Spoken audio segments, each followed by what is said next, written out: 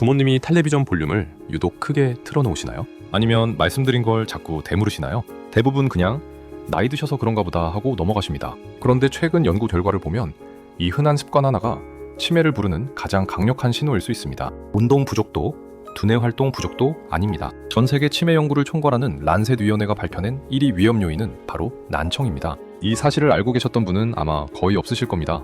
실제로 이런 경우가 정말 흔합니다.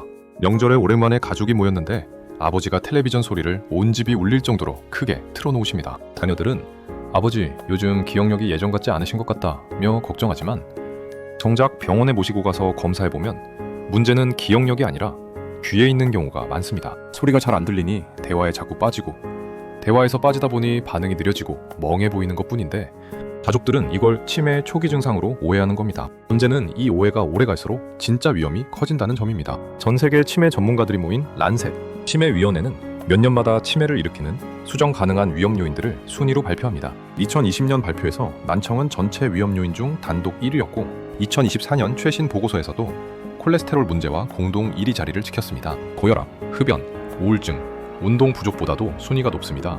우리가 치매 예방이라고 하면 반사적으로 고스톱치기, 걷기 운동을 떠올리지만 정작 가장 큰 위험 요인은 귀에 있었던 겁니다. 왜 귀가 나빠지면 뇌가 위험해질까요? 여기엔 몇 가지 이유가 있습니다. 첫 번째는 뇌가 소리를 알아듣는데 에너지를 다 써버린다는 겁니다. 소리가 잘 안 들리면 뇌는 희미한 소리 조각들을 짜맞춰서 무슨 말인지 해석하려고 안간힘을 씁니다. 스마트폰 배터리가 약한 신호를 잡으려고 전력을 계속 소모하는 것과 비슷합니다.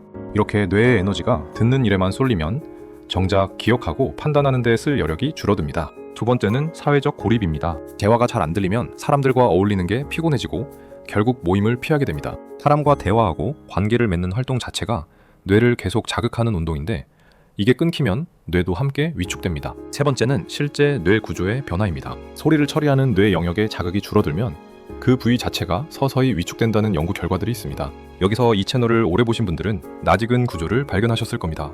예전에 십기와 잇몸 관리가 치매와 연결된다는 내용을 다뤘을 때 정말 많은 분들이 놀라셨습니다.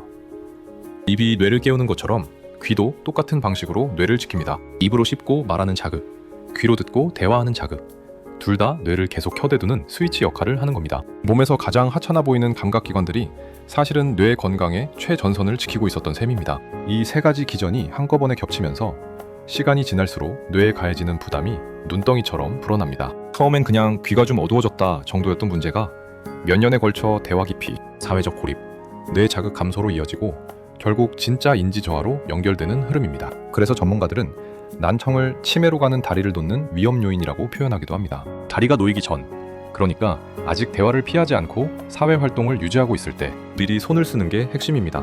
그렇다면 보청기를 끼면 치매를 확실히 막을 수 있을까요? 여기서 정직하게 말씀드려야 할 부분이 있습니다. 최근 발표된 대규모 임상시험에서 이미 심혈관 위험이 높아서인지 저하 속도가 빠른 고위험군은 보청기를 낀 그룹이 3년 동안 인지저하 속도가 절반 가까이 느려졌습니다. 하지만 이런 위험 요인이 없는 비교적 건강한 그룹에서는 뚜렷한 차이가 나타나지 않았습니다. 그러니까 보청기가 만병통치약처럼 모든 사람의 치매를 막아준다고 단정할 수는 없지만 이미 다른 위험 요인을 가진 분들에게는 확실히 도움이 된다는 근거가 나온 겁니다. 그리고 무엇보다 난청은 치매 위험 요인 중에서 거의 유일하게 지금 당장 확인하고 바로 조치할 수 있는 요인입니다. 운동 부족이나 식습관은 바꾸는데 몇 달, 몇 년이 걸리지만 청력 검사는 병원 한 번 방문으로 끝납니다. 여기서 스스로 점검해볼 세 가지 질문을 드리겠습니다. 첫째, 최근 1년 사이에 부모님이나 내가 텔레비전 볼륨을 예전보다 눈에 띄게 올렸는가? 둘째, 여럿이 모인 자리에서 대화를 놓치고 혼자 딴 생각하듯 있는 시간이 늘었는가? 셋째, 병원 청력 검사를 받아본 지 3년이 넘었는가? 이 중 하나라도 해당한다면 지금부터 알려드리는 내용을 꼭 끝까지 봐주셔야 합니다. 그럼 지금 우리 부모님 혹은 나 자신에게 해당하는지 어떻게 확인할까요? 병원에서 실제로 쓰는 체크리스트는 생각보다 단순합니다. TV나 라디오 소리를 남들보다 유독 크게 튼다. 시끄러운 식당이나 모임에서 대화 내용을 놓친다. 상대방 말을 자꾸 되묻는다. 전화 통화를 유독 어려워한다. 이 네 가지 중에 2개 이상 해당하면 병원에 가서 정식 청력 검사를 받아보시라고 권합니다. 온라인 청력 테스트도 여러 개 나와 있지만 이건 어디까지나 참고용이고 정확한 진단은 이비인후과에서 수능 청력 검사로 받으셔야 합니다. 그리고 여기 정말 아는 사람만 아는 정보를 알려드리겠습니다. 청각장애 등록 기준은 생각보다 까다롭지 않습니다. 두귀의 청력 손실이 대략 60dB 안팎만 넘어도 등록 대상이 될 수 있는데 이 정도면 일상 대화 소리를 놓치는 수준이라 실제로 해당하시는 어르신이 꽤 많습니다. 정확한 등급은 이비인후과 검사와 국민연금공단의 장애정도 심사를 거쳐 최종 확정되니 애매하다고 지레 포기하지 마시고 일단 검사부터 받아보시길 권합니다. 청력검사에서 청각장애 등록 기준에 해당하면 국민건강보험에서 보청기 구입비를 지원해줍니다. 기준금액이 약 131만 원이고 일반 건강보험 가입자는 이 중 90%, 기초생활수급자나 차상위 계층은 100%까지 지원받을 수 있습니다. 절차도 복잡하지 않습니다. 이비인후과에서 처방전을 받고 등록된 판매업소에서 보청기를 구입한 다음 한 달 뒤 검수 확인서를 받아서 서류와 함께 공단에 제출하면 됩니다.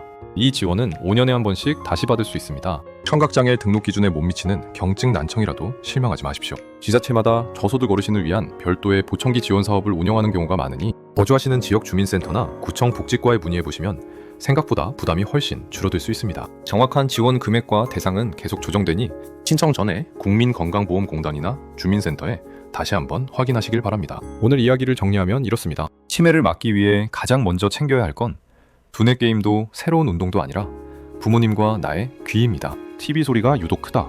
자꾸 되묻는다.